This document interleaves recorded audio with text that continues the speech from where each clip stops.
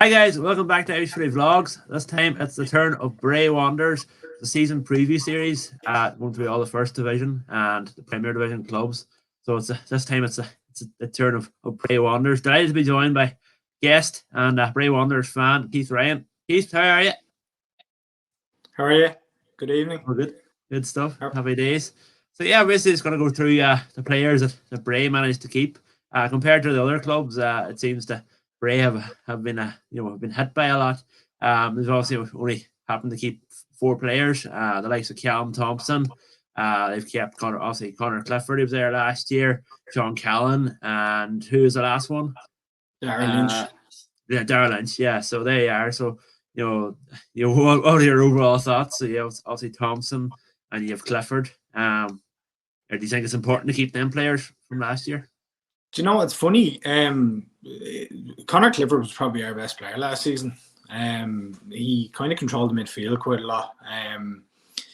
But Callum and Sean Callan didn't really get that much game time. And Darrell Lynch was out for the season. He was injured pre-season and he was out, so he was a big loss. It's like there are players that I would have liked to have retained, who have gone on to a lot of them have gone to Longford, which is disappointing. Some have found clubs that like Mark Bourne has gone to Crumlin, which is a strange one, and Richard Farrell I'm not sure about, and Joe Doyle seems to be taking a year out. So yeah, it's disappointing to only retain 4 players from last season, given we got to the playoff. And obviously we beat Galway in that playoff, so we were quite strong in terms of quality, but we didn't really have the quantity. But we do seem to have the quantity this year. So we were missing players in the playoff and stuff like that with injury, which cost us in the end, really. Right. Yeah. Fair enough. Yeah. Yeah. So obviously talking about the players that came in, to be honest, I think majority of them really are from Cabinteely. Obviously, the amalgamation between the two clubs. We're not even chatting about that here, but it's a bit mad the amount of players that come in, like the likes of Bill Henley, Dean Casey, Keith Dalton, Sean McLean. Obviously, Pat Evans come in, as manager, head coach, however you like to say it. He's brought in the likes of the Knights and so on, and even Ben Clark, so there's been a lot of players that have come in from Cabo. Kind of, what are your thoughts on that?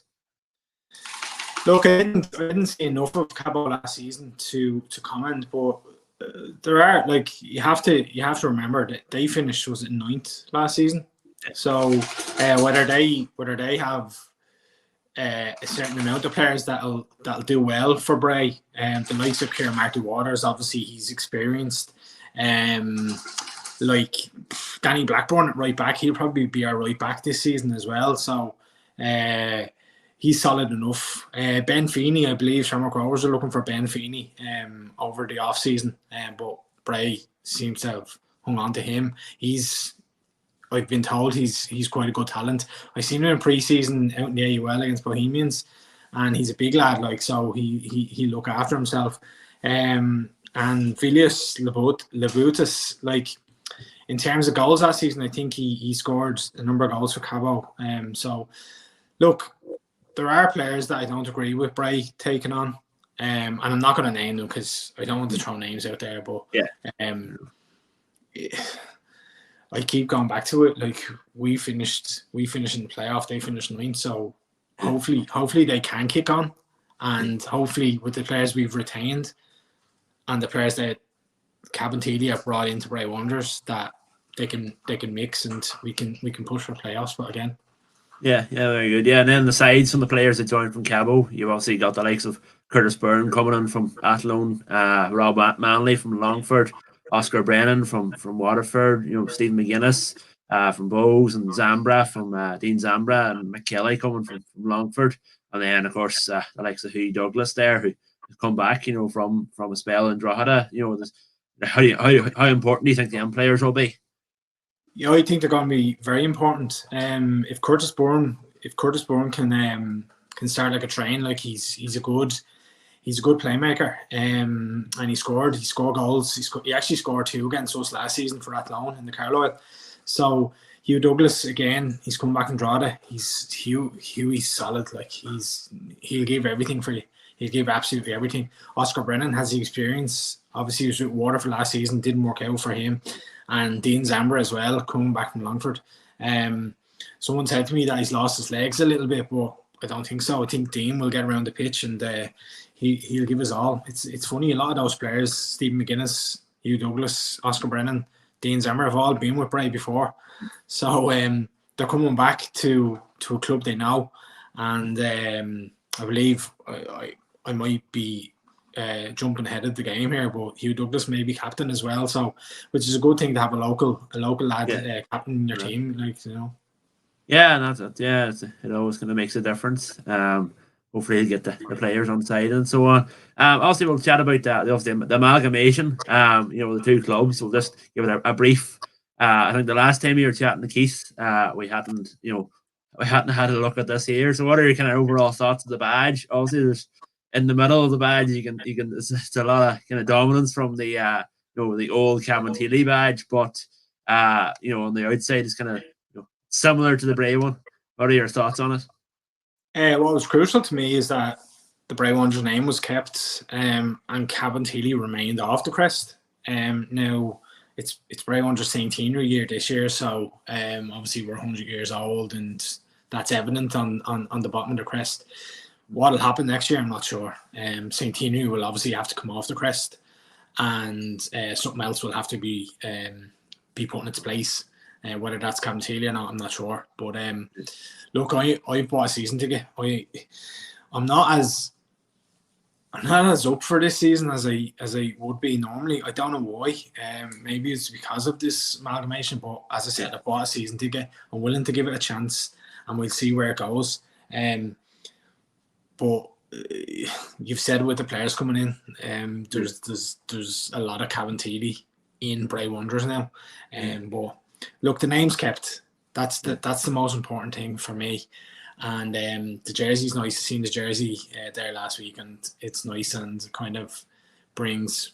I don't know if you've ever been to Bray, but Bray Head has a cross at the top and the Cabinteely cross, so they're linking that and stuff. So, look, I don't want to talk too much about it because Keith has heard my views before about it. Like, so we'll see how it goes. We'll see how it goes.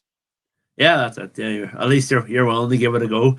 Moving on to the next question. What players that not many would know are the ones to watch, do you think, in 2022? So I think Darrell Lynch, he's been spoken about before, but if he can get a full season in him, he'll definitely score goals. He scored goals for us, not last season, obviously, because he was injured, but the season before that, he got some crucial goals for us when we were very close to the title. Very, very close. Unfortunately, that season he got injured alongside Gary Shaw and the playoff against Galway.